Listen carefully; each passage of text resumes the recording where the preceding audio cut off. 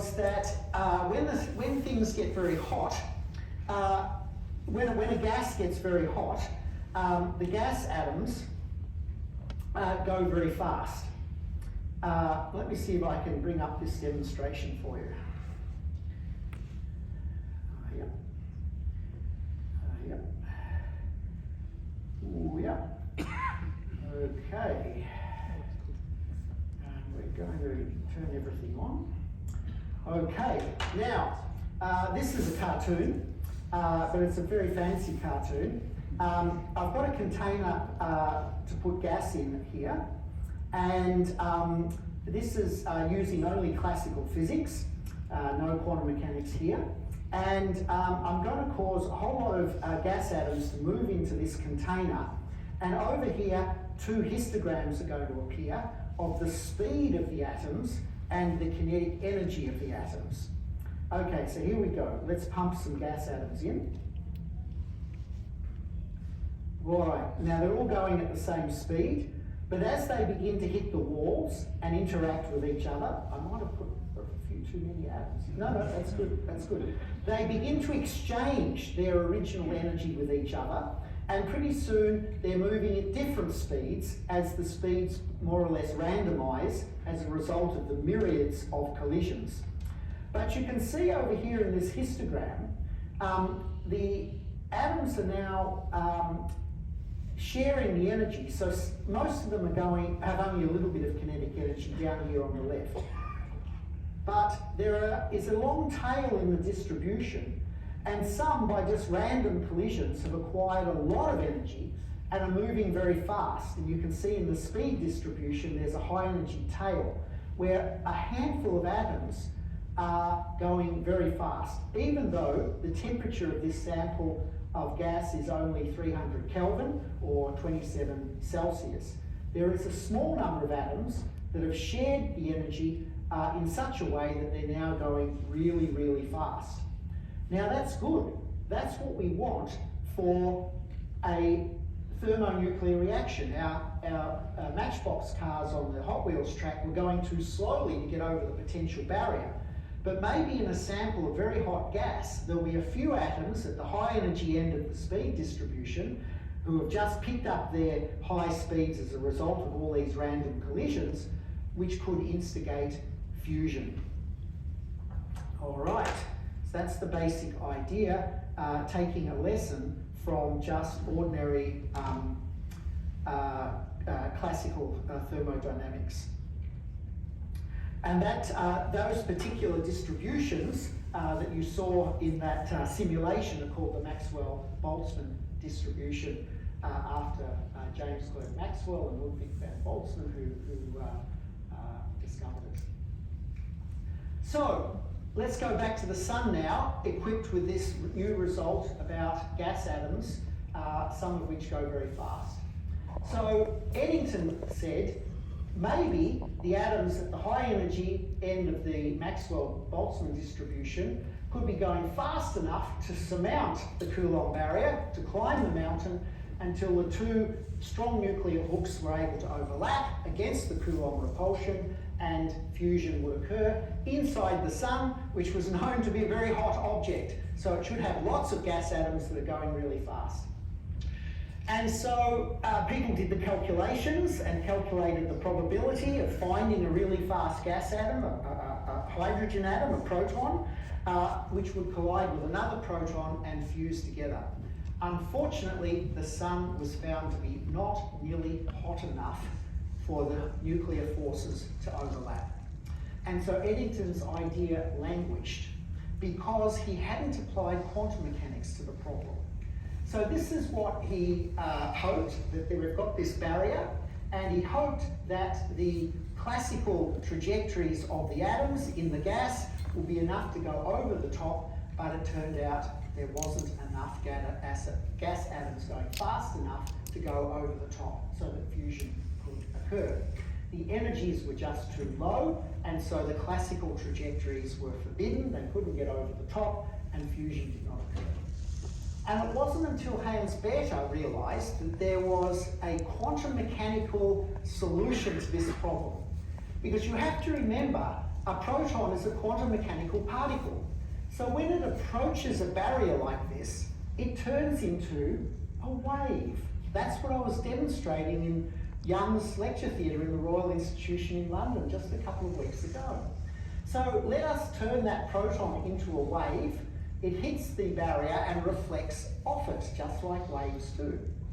But a quantum mechanical wave has an extra attribute. It can penetrate into the classically forbidden barrier and pass through it, somewhat attenuated, and come out the other side, bypassing the peak.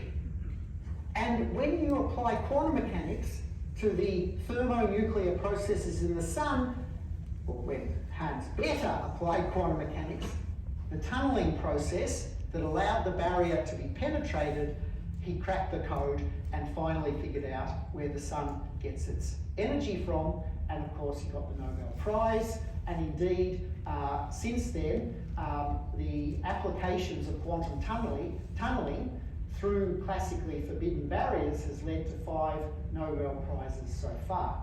Now I can demonstrate this to you in the lecture theatre with a somewhat electromagnetic analogy. What I've got over here, I'll have to do it around here. What I've got over here, we don't need to change the video for this one. What I've got here is a microwave transmitter. Okay, it's not emitting classical particles like protons, it's emitting photons, but the physics is the same. So photons instead of protons. And over here I've got a microwave detector, which I'll set on 2, right? Yeah. And so if I take the transmitter and put it in front of the detector, I can detect the microwaves.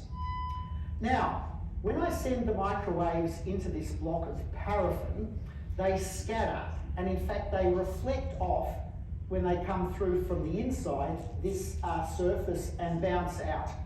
So if I put my detector here in a straight line with the transmitter, can't hear anything. So the microwaves are not passing through this block of paraffin because they're totally internally reflected off the inside of this interface. But if I swing the detector around here, I can pick up the microwaves because they've bounced off this surface and they've come out, and they've come out at an angle of 90 degrees. So nothing over here, they've all come out over here. But here I have a second block of paraffin. Could we have polystyrene next year? And I'll slide that into the gap here.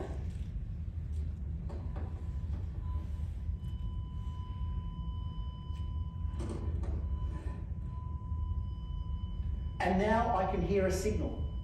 So in other words, the microwaves are tunnelling through this classically forbidden gap, passing through the block of paraffin into the detector. Quantum mechanical tunnelling with a photon right here in the lecture theatre. And look, there's the gap. And if I close the gap up and reposition this, the tunnelling gets even better because the gap gets smaller, and so the quantum tunnelling becomes more effective. So that is what was missing from Eddington's ideas that Hans Bethe put in and figured out the thermonuclear fusion solution of where the sun gets its energy from. So this is sort of a summary of the results so far. This is the Maxwell-Boltzmann distribution as a function of energy. This is the quantum tunnelling probability between 2 protons to fuse, and the product of those two gives what's called the Gamow peak, which shows where fusion is possible in a hot object, and hence the name thermonuclear fusion. Now, the most abundant element in the universe is hydrogen in the form of protons with an electron orbiting. And so in the sun, protons ionized because the sun is very hot and the electron is ripped off, so it's not hydrogen gas anymore, it's just a plasma of protons and electrons. Occasionally, our 2 protons will fuse together, and turn into the heavy isotope of hydrogen called deuterium. And then another proton will collide with the deuterium to create helium-3. And then another chain produces another helium-3, and then those two helium-3s can fuse together, liberate an excess proton or two, and create the stable isotope of helium, ordinary helium-4. And in each place where there's a yellow star here, energy is released that eventually converts to heat. So, terrific. Proton-proton fusion. Let's do it on Earth. No, you may not, for the following reason. You'll notice the first step in the proton-proton fusion chain that converts 4 protons eventually into 1 helium involves the liberation of an electron and a neutrino. That's that mu symbol. Now, a neutrino interacts with matter via the weak interaction. And so therefore, this first step involves not the strong nuclear force, it involves the weak nuclear force. And so this reaction happens incredibly rarely. The only way you can make use of this reaction to generate energy is in a huge reactor, so that this very improbable reaction occurs frequently because the reactor is large, as big as a star. The rest is okay because it involves the strong nuclear force, and that's all right. You can do that on Earth, but you can't do the first step. It's too weak. Oh.